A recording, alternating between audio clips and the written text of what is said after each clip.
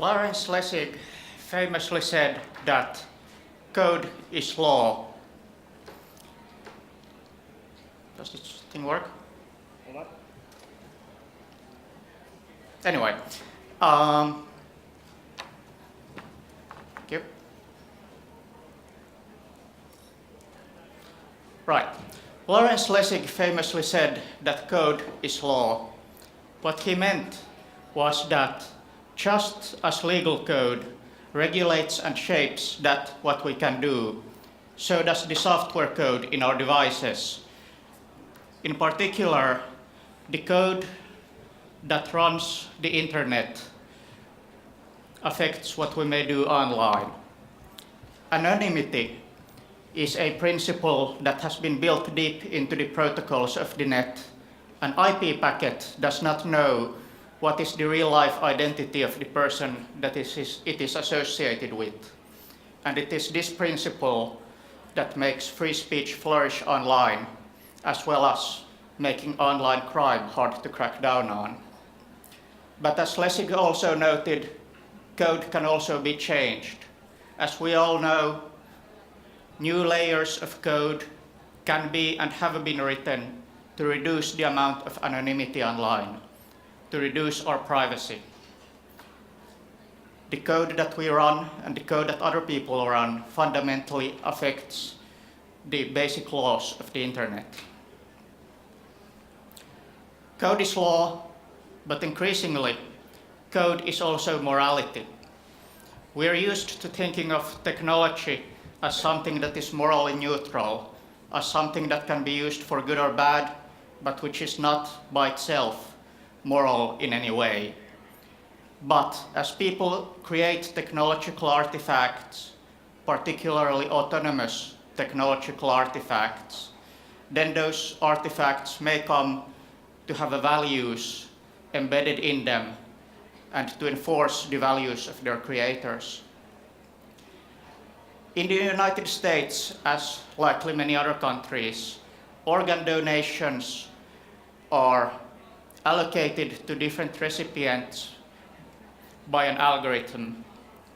In essence, an algorithm is making life and death decisions of who may live or die, or at least have a considerably improved quality of life thanks to receiving a replacement organ in place of a failing one, and who does not get one. It makes this decision on the basis of a few values that have been programmed to it by its creators. It is trying to maximize the probability of a successful operation, minimize the risk of any complications, and to maximize the amount of lives that are saved. At the same time, it neglects to consider some other values that someone else might consider.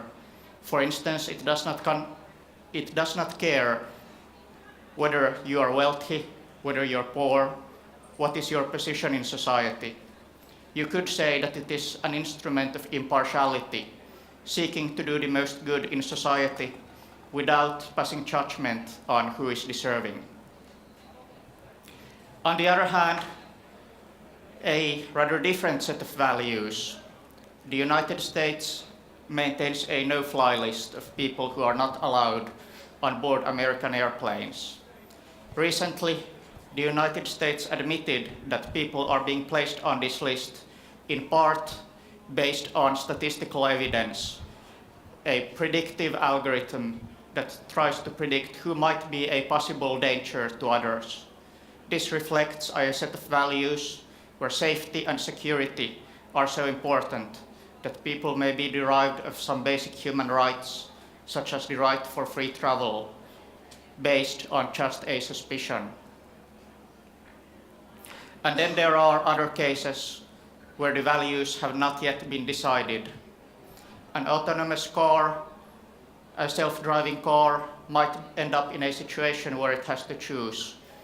Do nothing, keep driving, and run over a family of 5 that is just crossing the road, or veer into a car on the other lane, killing the people in that car, as well as the people inside the self-driving car that is making this decision. take an action and kill 2, or commit no action and kill 5. Regardless of what decision it is that people end up on,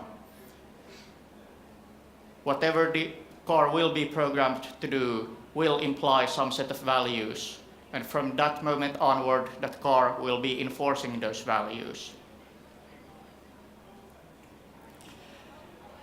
Autonomous algorithms are increasingly moving to all spheres of life.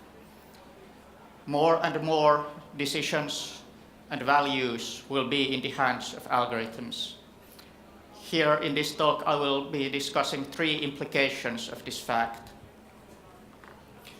One implication is that this may offer us a powerful chance for what might be called moral enhancement, making us more moral. We all have our weak moments, moments when we might be too tired or too frightened to make the right thing, moments when we do what we know to be wrong. But an algorithm will never tire. An algorithm will never slip up in a weak moment. If we could identify the areas of life where we are the most likely to make mistakes, figure out what we want to do in those areas of life, and then outsource our decisions to a reliable algorithm in those situations, then that could lead us becoming better off. As possibly the least interesting example, but also in another sense interesting example, is what I call the category of passive moral enhancement. For instance, you have a self-driving car. If you do, then you will never feel the temptation to drink and drive. You can drink as much as you want, but your car will always do the driving. In a sense, this is uninteresting because it's just an automatic change of options, something that you do not need to think about. It is similar to the way that technological progress has changed our societies forever, changing our available options. In that sense, it is nothing special. In another sense, it is special in the sense that this is maybe the easiest kind of way to making people more moral, by simply removing the option, removing the temptation to do anything bad, and the results will follow automatically. If people pay attention to the ways in which they could create such passive enhancements, that could become a very powerful force, a very transforming force. Next, we could have machines taking decisions in such a way that change our incentives. I mentioned previously the organ allocation software. This is a picture depicting a chain of kidney donations, again, created by an algorithm. In this chain, you could say that the algorithm is taking our caring for ourselves and our loved ones and leveraging that caring to make us help people that are complete strangers. If my mother were to have a failing kidney, and it was the case that I didn't have a compatible kidney to give to her, but maybe I had a compatible kidney to give to some complete stranger, in that case, I might enter such a chain of swaps in which another stranger, also completely unknown to me, would in turn give his kidney to my mother. In this way, because I care for my mother, because we all care for our close ones and want to help our close ones, we end up helping other people who we wouldn't otherwise know of, and other people who we wouldn't otherwise know of end up helping us. Then there is a category that gives us more control of our lives, allows us to actively reshape our lives in a more moral direction. This is a screenshot of an application which allows you to find out how ethical various products are. This is an existing application, but it could be taken much further. You could imagine having an application that allows you to specify what you consider to be moral behavior. You take this application and tell it to get me some food of type X which fulfills this criteria, and then it will automatically go online and make the purchase for you, choosing from between all the options the ones that you would consider the most ethical. Maybe we could have filters built into our search engines, filtering out any products we find to be made in unethical ways, and thus completely removing the temptation to ever do anything unethical, because we would never even see the products we thought were unethical. Now a philosopher might ask, is this really moral enhancement? If we are simply making it easier for people to be moral, removing temptations, how is that better morality? Wouldn't better morality be if we also made the decisions in hard situations, when it was definitely a struggle to do the right thing? Now, I would say that much of what civilization is making us more moral by making it easier to be moral. I have had the luck and privilege of growing up in a country that is wealthy and safe enough that I have never needed to steal or kill for my own good. I have never been placed in a situation where those would have been viable options or necessities. And because of that, I have grown to think that killing people and stealing from people are things that you simply do not do. And I've come to internalize these values. And I think that if we can make it easier for people to act in the right way, then they will end up behaving in ways that will make both themselves and others better off. And that ultimately is the most important thing. And I'm happy to call that moral enhancement. Another implication is that we will be more forced to consider more explicitly consider taboo trade-offs. How much money is one human life worth? There are people who don't like this question. There are people who would say that the whole question is immoral, that a human life is worth infinite money. But the fact is, all of us, yes, me included, I'm not claiming any moral high ground here, all of us will do things like going to movies, spending money on hobbies, buying tickets to Biohacker Summit, buying things that we could do without, spending money on things that we could have given to charity, spending money that some effective organization could have used to save human lives. Each time we do that, we're implicitly saying that, yes, in this situation, this movie ticket is worth one human life, or 0.5 human lives, or 0.05 human lives, or whatever, but it is a trade-off that could have been used to help humans. Similarly, no politician wants to explicitly say, yes, our current levels of pollution are killing 1,000 people every year, but if we had stricter regulation and less pollution, that would cost us too much economically, so we are not going to do it. That thing he's not willing to say, it might actually be the right argument to make. It actually might be that we actually want that better economy at the cost of a few deaths. But of course, no one wants to say that aloud, because if you say it aloud, you can be attacked for it. To the extent that you can keep your trade-offs fuzzy and implicit, people cannot criticize you for making them. You can better try to pretend that the trade-offs never exist. But of course, if we wish to move morality to machines, if you want algorithms to make moral decisions for us, we need to understand the trade-offs we're making so explicitly that we can explicitly program them in. And this development towards more autonomous decision-making, a need to better codify our moral decision-making, may force our society to more openly discuss these kinds of trade-offs. And that may be a very good conversation that we should be having. Finally, also related to the previous point, this will force us into increasing levels of understanding of morality. We could think that there is a scale of moral machines, scale of machine moral decision making. Suppose that you have a stock trading algorithm and you have decided that I do not want my stock trading algorithm to buy unethical companies. The first level of decision making, maybe you have personally chosen some set of companies that you have blacklisted, told the algorithm never buy shares from these companies.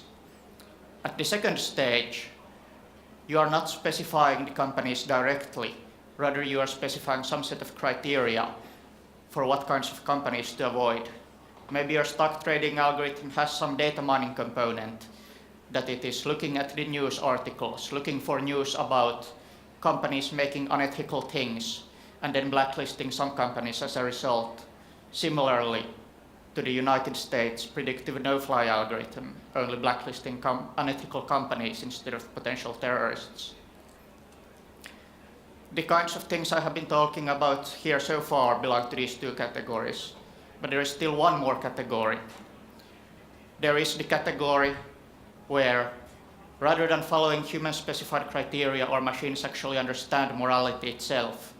Our machines become capable of setting their own criteria. Maybe we have a machine that you had previously told to avoid buying stocks in unnecessarily polluting companies, but then at some point it realizes this one particular company, if it keeps polluting the environment, then a new non-governmental organization will form in reaction to this. And I predict that this company will end up increasing democratic participation and making our democratic process work better. And in the long run, that is a better consequence than if I shut down this company now, or if I tried to avoid buying stocks in this company. So I'm going to actually buy more stocks from this company to make sure that it stays on this track. This is a stage we are not yet at, but as our machines get more and more autonomous, it will become increasingly important that we move up this stage of understanding towards this stage where we can understand morality well enough to program it into machines. The more autonomous a system is, the better it needs to understand its constraints. The less control, the less ability we have to verify all of its individual actions, the better understanding we need to have when we specify its actions. In particular, if the day ever comes that we will have super intelligent machines, or even machines of merely human level intelligence, then it will be the most important thing for us to understand how to make them moral. Because if they become more powerful than us, if we realize that we have programmed them incorrectly, then what is from our view an incorrect morality might be from their view exactly the right one. And even before this stage, as our society gets more and more autonomous, we need, if we have a good understanding of morality and can turn it into an algorithmic form, the promise of that could be truly exciting and wonderful, but so would the danger be truly terrifying if we make the wrong choices. Ethics needs to move out of the pure philosophy departments, and we need to come up with a science of algorithmic ethics, of computational morality that we understand well enough to program into machines. Thank you.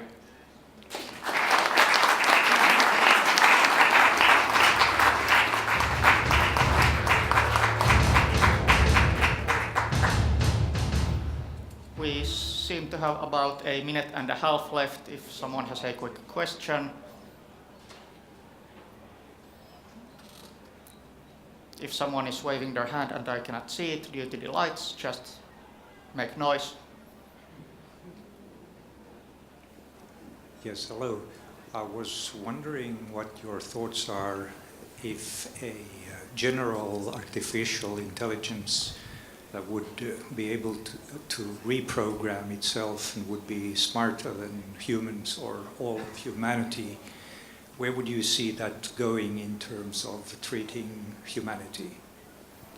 I think that would depend very much on what its original values were. In a sense, whenever I am trying to become more moral, actively trying to shape my own behavior to be more moral, I am, in a sense, reprogramming myself based on some set of initial values. I am thinking, okay, I like to help people, so let me become better at helping people, removing inconsistencies that I don't actually endorse.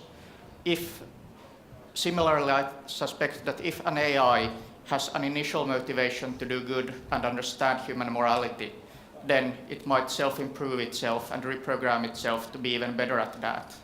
On the other hand, if it had some other goals or some values that were not as rigorously related to human well-being or just morality at large, then if it started just pursuing those initial values in a completely unanticipated direction, then the result could be disaster.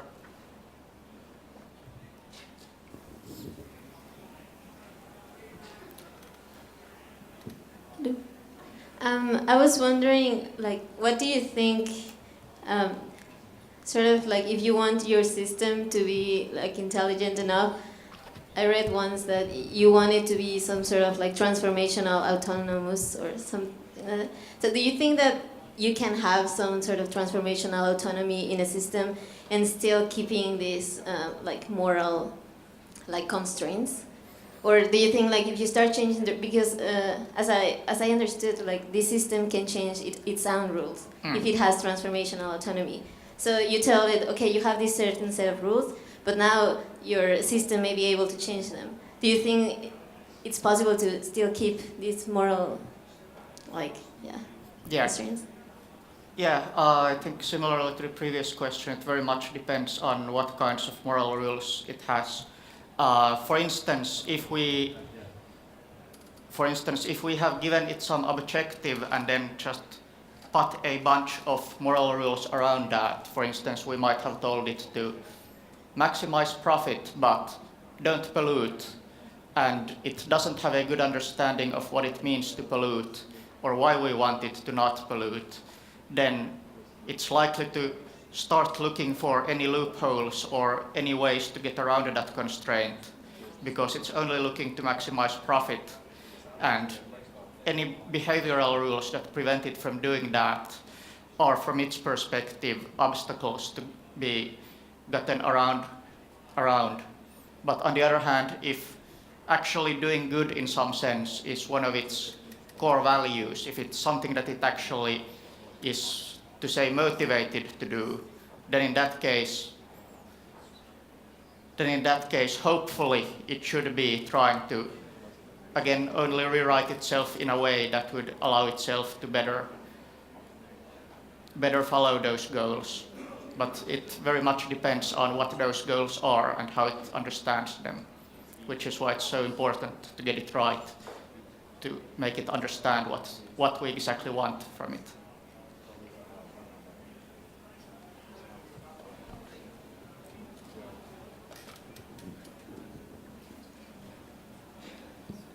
So when you say what we want, it raises something like we are all individuals also, so we all have our own minds and we all think differently probably about what's moral and what's not moral, and our own moral can change with time. So how can you plug it in, sort of?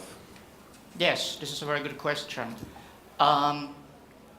Starting from the between individuals angle, there has been some discussion about like exactly how should we combine all the desires of different individuals, what kind of morality should we give to the AI, given that everyone has different moralities. So far,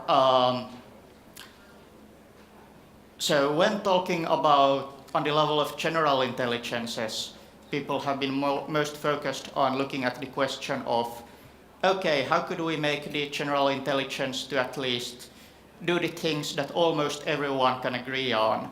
How can we even make sure that the general AI doesn't destroy all of humanity because it is working on some badly defined goal that actually ends up implying that humanity would be better off destroyed? Not necessarily because it would be hostile to humanity or actively dislike us or anything like that, but simply because it's indifferent to us, indifferent to our existence, if that hasn't also been rigorously programmed into it or somehow in its motivational goals. So with general intelligence, as people have mostly been focusing on questions like that, and not so much yet looking at the broader question of, okay, once we have a good understanding of how to get the AI to do something, what should we do in this more specific sense of combining people's preferences? Although there has been some work to that, but very preliminary. Or if we're talking about these simpler systems like self-driving cars or the United States no-fly list, in that case, well, it pretty much depends on the people who are making the AIs and whatever societal or legal pressure is put on those people. So if it looks like people are building autonomous systems that are killing everyone, and that seems like a bad idea, then it would probably be a good idea to lobby some government to ban those systems or something along those lines. I think my time is out, so thank you.